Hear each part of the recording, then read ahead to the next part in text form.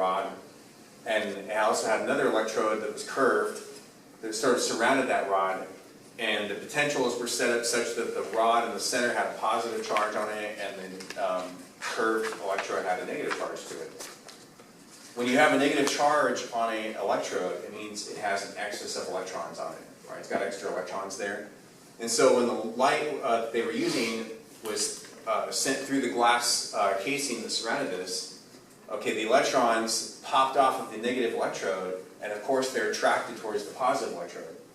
Okay, and when that happens, you create a current. Okay, so they have this meter that would move when they would create this current of electrons moving to the positive electrode.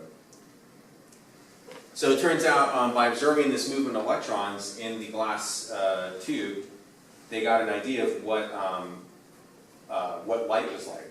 Okay, so electrons were only ejected from this negative electrode.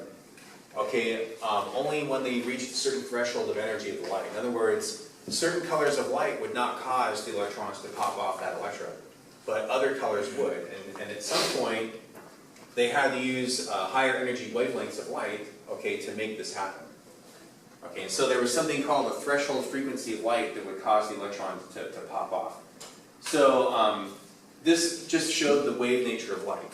Okay, certain wavelengths of light have certain energies, okay, and only with a certain wavelength, minimum wavelength, would you get an electron coming off. All right, so this just showed the wavelength dependence on the energy of light, or I should say the energy of light dependence on the wavelength. So this showed photons as waves. Okay, big deal. Okay, Planck already said light behaves as waves. Okay, but on the other hand, what they did was when they increased the light intensity of the wavelength of light that was causing this phenomenon, what they noticed is that the current on this meter would move faster. In other words, the more photons hitting that electrode, hitting this negative electrode, more photons hitting it, the more current was created. And what this kind of shows is that photons also sort of behave as particles. It's like saying, okay, I'm going to throw marbles against the wall until the paint chips off. Okay, well, if I throw more and more marbles, okay, the paint is going to chip off faster and faster, right? That's my analogy. It's the best I have. Okay. So think of it by analogy, more photons hitting this electrode means more electrons coming off more quickly. Okay, now marbles we know are particles. This proves that light also has particle nature to it. Okay, so the wavelength dependence is the wave nature of light, but the intensity dependence is the particle nature of light. Okay, and so that's the photoelectric effect. And so because they realized at that point the photon had particle nature to it, photons have no mass, but they behave like particles to a certain extent, clearly by the photoelectric effect. And so the importance of the result here is that they came up with this word called photons, okay, to describe these packets of energy, these particles of energy. Right, so that's when Einstein saw the results and he says, well, okay, let's call them photons. Okay, let's call them photons. So like I said, calling them photons even prior to this was my Freudian slip, but it's hard not to say photons. Okay, so now that we're calling these rays of light particle-like in nature, we have a term for the particles, and we call those photons. And but he still, Einstein still said, okay, Planck's equation is perfectly valid. So we're still going to call it, energy of light. But now we're going to say E photon. All right. So the calculation we did, energy per photon, comes from this. Also, to keep in mind is that if E photon is equal to hc over lambda, okay, and if the frequency is equal to c over lambda from the prior equation we did, then you can say that the photon of light is equal to, the energy of the photon is equal to Planck's constant times the frequency. So this gets me back to what I was saying a few minutes ago. As wavelength gets shorter, energy of light gets higher. Okay, ultraviolet rays have a shorter wavelength, they have a higher energy. We get sunburn, light at least. All right, 8 minutes on El Cameron, Okay, yeah. That's what my mother-in-law sometimes refers to me. That's funny. Yeah, I don't put on sunblock. I'm done. Okay. Okay, so as wavelength gets shorter, photon energy is higher. Okay, as the frequency gets higher, the energy gets higher. Right. So as frequency increases, energy increases for the light. But as the wavelength gets shorter, the wavelength also increases. Right. So, and this goes back to frequency and wavelength. Okay, wavelength gets shorter, frequency gets higher. Okay, inverse relationship there. And I'm going to keep preaching this, okay, because you're going to forget it. I'm telling you right now. I'm saying it, it's going to go one ear and out the other for a while. Okay. So what do these equations tell us? Okay, so I just stated this. Okay, so I would say, you know, like if I could put a star next to a slide to just read it over and over and over again, and then ask yourself, what does it mean? Just put a star next to the slide and say, okay, what are these equations telling us? Okay, and keep that in mind. Just say, know this, because Fernandez said so. Okay. So in our daily life, what we observe, okay, is that when atoms or molecules absorb energy, that energy is often released back out as light. Okay, so you see fireworks, neon lights, things like that. Those are all a result of quantum theory happening all around you. Okay. When a light is emitted and passed through a prism, you can spread out the different wavelengths and observe what colors are coming off of these atoms. And the pattern of light coming off is called the emission spectrum. And they are discrete in nature, they are non-continuous. Okay? They show discrete lines coming off of them. All right, so we got these flame tests. And all he did this during lab in Chem 107, he took Chem 107. And you'll notice the different colors came off of the different metal solutions, right? And if you took me for Chem 107, you also saw a video of Walter White and Breaking Bad doing the flame tests. Okay, so very first episode, the pilot episode, so it's on Netflix. Go watch it after the semester's over, not now. All right, you'll get hooked, and I don't want you getting hooked now. Get hooked after the semester's over. Okay. But what they do is, you know, so how come potassium shows lavender color? Well, it's because potassium has energy levels in it that make those colors come off, and I'll talk about that in a second. Okay, so when you're doing the flame test, you're observing quantum theory. Can anyone think of other things in life that are quantized? I'm going to backtrack for 2 seconds here. Can you think of things that can't be divided up anymore? Can you buy half an egg at the store? You can't, right? You can't crack an egg in half and then say, oh, I want this half egg. They'll look at you like, okay, you got some issues. Yeah. Yeah, you can't. So eggs, you could say, are quantized. You can't break them up any further. Atoms are quantized. You can't cut an atom in half and then have it just react, right? Money is quantized. Okay. Can you cut a penny in half? Well, I guess you could, but you can't pay with it though. They actually used to have half cents though back, I think, in the 1800s. They used to have half cents here. And they're talking about getting rid of pennies and change altogether, right? So keep your change, it might be worth something someday, like worth more than the actual material, or worth more than the actual quantized money cost of it. All right. Okay, so we have a lot of things in life that are quantized. Now, observing the flame tests is also akin to observing neon lights and things like this. When you go to a convenience store, you observe neon lights. They're sending electrical arcs through gaseous atoms. Okay, so neon is a gas, it's a noble gas. You send an electrical arc through neon, and the neon atoms get excited and emit light. Right, that's what you're seeing with a neon light. In a couple of weeks, we're going to do a hydrogen spectrum experiment, and you're going to observe different gases in tubes. Right, so that'll be kind of cool. Now, if you take a hydrogen lamp, sent electricity through it, got the atoms excited, the light comes off, okay, you get specific lines that come off of the spectrum, okay, and you get these discrete lines. And so again, classical physics says, well, this can't happen, okay, classical physics says we should just see all the colors coming off all at once. That's what classical physics says. Okay, but in quantum theory, quantum mechanics, we have discrete energies of light coming off of these excited hydrogen atoms. Okay, so this is the hydrogen line spectrum in the visible region. And you'll see this in lab. So that'll be pretty cool. Other elements have different emission spectra. So you can think of an emission spectra as like a barcode for the elements. You say, oh, I'd like to buy some hydrogen today. Oh, here, got 4 lines running through the barcode. Okay. So here's your hydrogen. Mercury has quite a few lines. I think you'll see neon in lab. Neon has a lot of different lines. You'll notice that a lot of the time as the atoms get bigger, they got more lines to them, and that's just because they got more electrons in them. Okay, so what is the reason for this? And so Niels Bohr said in 1913, he said, well, we know that light is quantized, but why are these atoms giving us emission spectra with discrete lines coming from them? Okay, and what he came up with was that the electrons, the electron itself had already been discovered by Thomson many years before that.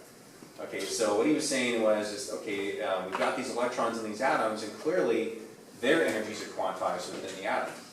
Okay, and so what he said was that the electrons within atoms orbit shells, and those shells have discrete distances from the nucleus, and that the electrons are transitioning from one shell to another. Okay, and that's causing this emission of light depending on which shells are being moved from and moved to. And what he also said was that the energy of a given shell, okay, is equal to this relationship. And he said, okay, it's minus 2.18 times 10 to the minus 18th joules over 1 over n squared, where n is the shell. So, and you might remember the principal quantum number n from your Chem 107 course. We talked about n equals 1, n equals 2. This is like saying in electron configurations, 1s1, 1s2, 2s2, 2p, and then 3s, 3p, and so forth. So from the electron configurations, this is where that came from. Okay, so Niels Bohr says, okay, we have these shells. We're going to number them from 1 to infinity, basically. And it has this relationship. This number, 2.18 to the minus 18th, is called the Rydberg constant. It's the Rydberg constant for hydrogen. Okay, so this is what this little h means. Right, Rydberg for h. There are other Rydberg constants for other atoms, but for hydrogen, this is what we have. Another thing to consider, okay, this minus sign. Okay, why is it minus? Okay, so what they're saying is the energy level of any one shell is going to have a negative energy. That makes no sense. But it actually does. Okay. So, right now, okay, we have potential energy. We're down on Earth's surface. We have a negative gravitational energy relative to if we were floating in outer space in orbit, just floating there. And at that point, we would have zero gravity, right? As they say. So think of the atom. Think of electrons the same way. Here's planet Earth. The electrons are heavily bound to the surface or close to the nucleus in this case. Okay, way out here in n equals infinity, okay, is the ionized state of the atom, and the electron's just floating out there free. It's no longer being pulled towards the nucleus of the atom. All right, if you were in outer space floating out there, okay, you could float out there for a long time, in fact forever, okay, just floating out there. We have a lot of space junk out there right now, just floating out there, right? You may have heard that problem that we have. We have a lot of just space junk from our activities orbiting Earth right now. If you ever seen the movie Gravity with Sandra Bullock, if you haven't seen it, it's actually worth a watch. And they show scenes where this particulate matter in the atmosphere is traveling around Earth at 25,000 miles per hour, and if you get hit with that junk, you're dead. You know, so pretty cool movie. Shows that aspect of outer space. So think of that junk as having zero gravitational energy, and think of an electron as having zero electrical potential energy. Okay, but when the electrons are bound in the atom, they now have a negative potential relative to zero potential away from the atom. And that's why this negative sign is there. They don't say that in your textbook. They don't bother to explain that, but that's the reasoning I've come up with as to why it's there. It makes sense. So I go with it. All right. So electrons have negative potential energy, right? That's what you have to realize. So when we're talking about an electron moving in between orbits, okay, that results in a change in energy for the atom. Okay, so if you take delta E atom, you would say that the energy of the final minus that of the initial energy level for the electron gives you that change in energy of the atom. So delta E atom can be either positive or negative. If it's positive, it means that the electron is becoming excited, okay, to a higher level. But if it's negative, it means the electron is dropping back down to a lower level.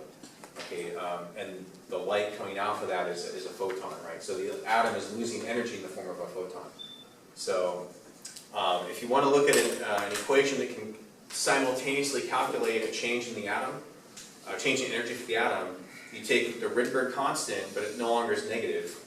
Okay, and it's times 1 over n squared initial minus 1 over n squared final. If it was final minus initial, you'd have the negative sign back out here again. Alright, so it's just a math thing as to why that negative sign disappeared. So if I have n equals 1 initially, and if I have n equals 4 as my final destination, okay, this number, this whole equation comes out positive. Right, because 1 over 1 squared here is 1, so 1 over 1 is 1, minus 1/4 squared. Okay, clearly this is still going to come out a positive number. But what if it was reversed? What if it was from 4 down to 1? Now you got 1/16 minus 1, that's going to be a negative number. And that's going to make this delta E atom come out negative. Alright, so this equation sort of takes care of that for you. How are E photon and delta E atom related? So E photon is equal to the absolute value of the change in energy of the atom. We cannot have negative energies for a photon, but we can have negative change in energy for the atom. And so if you relate the two together, we know E photon is equal to hc over lambda. We know delta E atom is equal to this Rydberg constant times this difference. And so this is how we relate the two. Just keep in mind, we can only use this for 1 electron atoms. Okay, for hydrogen, for helium +1, okay, for lithium 2+. All right, for 1 electron atoms, we can use this, but for anything with more than 1 electron in it, these equations don't hold. Things get a lot more complicated when you have more than 1 electron. So here's the energy level diagram showing, kind of showing what I call the quantum staircase. I'm going to attempt to draw something for you, and attempt is the key word. All right.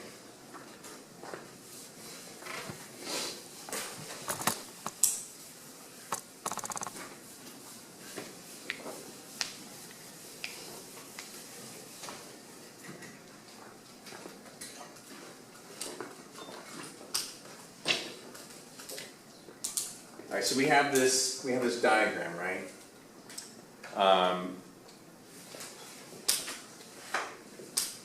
N equals 1 is here. Okay, n equals 2 is here.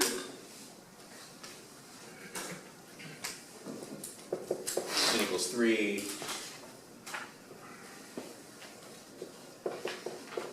N equals 4.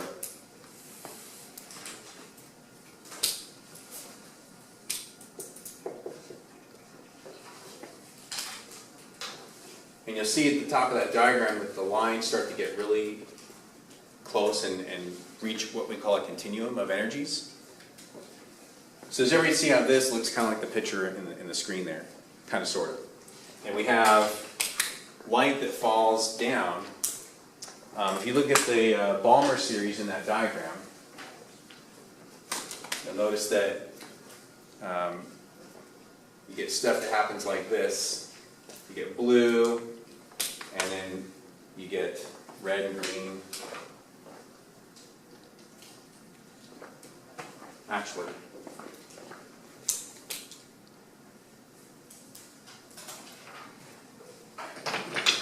This requires a lot of color. So you get blue here.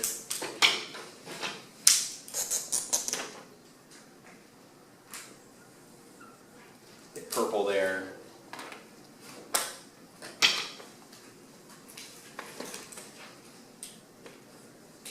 Green.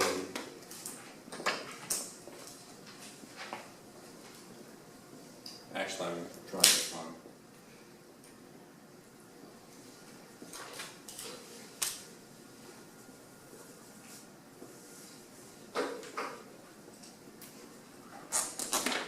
All right, so red was here, and then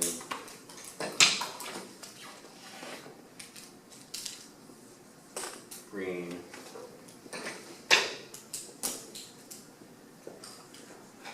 Blue.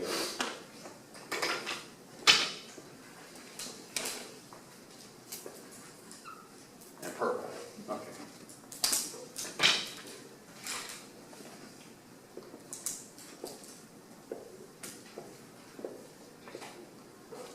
So do you notice something about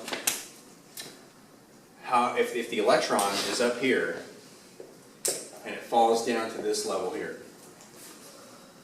Okay, and what happens is a purple ray of light comes off, okay? Versus if the electron is here, or here, or here, what do you notice about how the distances between the lines affect the color of light coming off?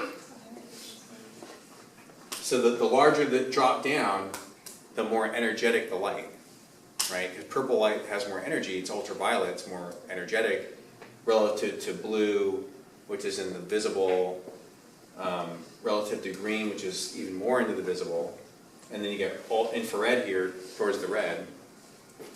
Okay, now relating it to the Bohr orbits,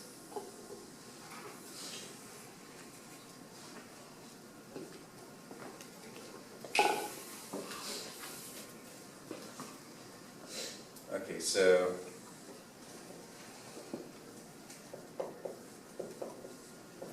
here's the nucleus down here.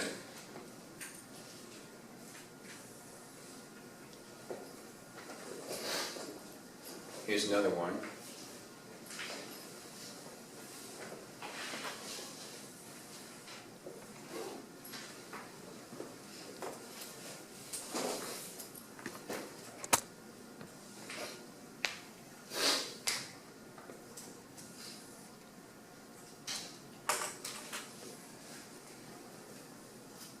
I'm kind of giving you like a cross section of an atom.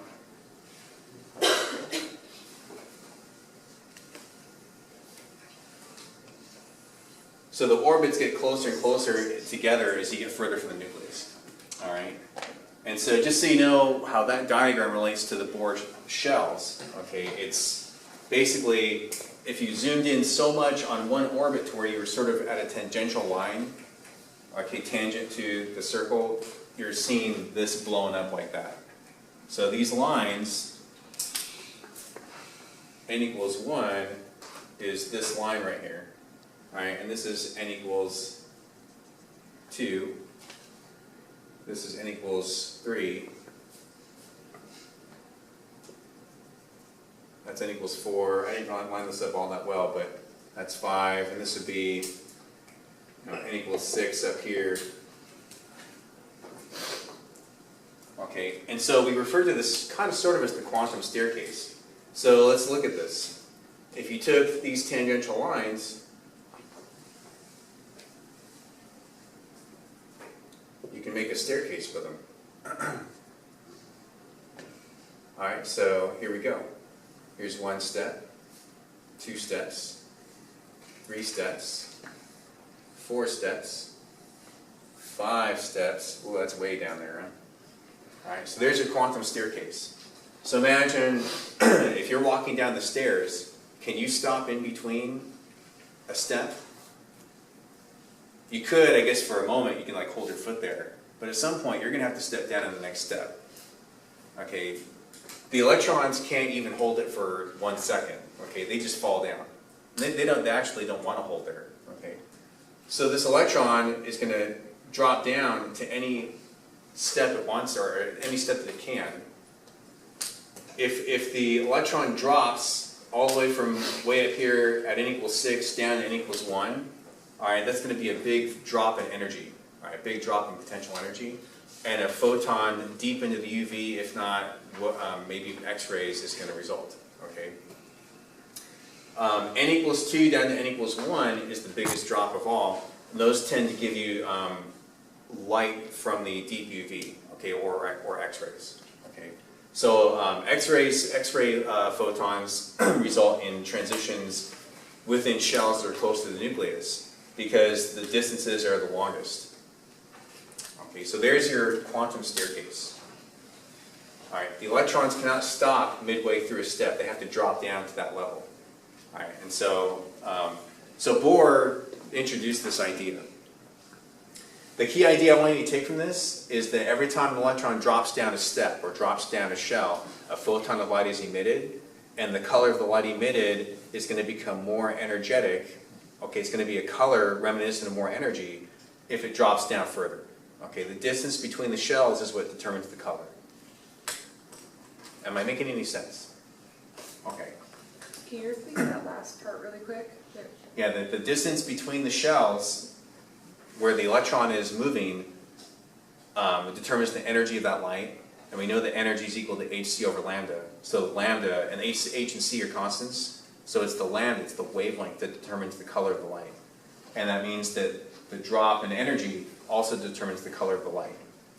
All right, so the more you drop down a step, or the steeper the step that you drop down, the more energetic that light is going to be, the more it's probably going to be into the deep UV or X-rays, all right, for that to happen. Okay. So this diagram should say it all. So purple, more energy, more ultraviolet, drops down the furthest. Okay. This is the Balmer series, right? We after the guy who first observed these transitions. Notice how the red is more into the infrared, so it has a less energy in a photon of light. So it results in a shorter drop. Okay. Now, how do the electrons get up here in the first place? Okay, well, sometimes atoms will gain energy, like in the flame tests, you're exciting these electrons from the ground level up into these high levels up here, because the flame is so hot, it's exciting these electrons. Okay, and then when they excite back down, they emit the color of the flame, right, that you see. Now this is for hydrogen. Okay, the energy levels are different for every given atom, and that's why every given atom has its own unique emission spectrum. Okay, so the distances between the shells changes from atom to atom. Okay, and I think that's really cool because it allows the atoms to be identified by its own unique barcode, its own unique emission spectrum. Pretty cool, huh?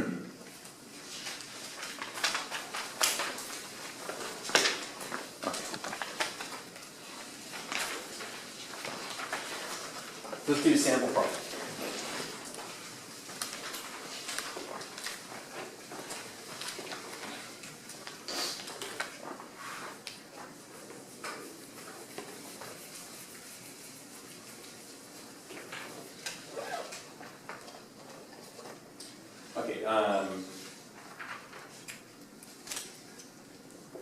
Okay, so it says calculate the wavelength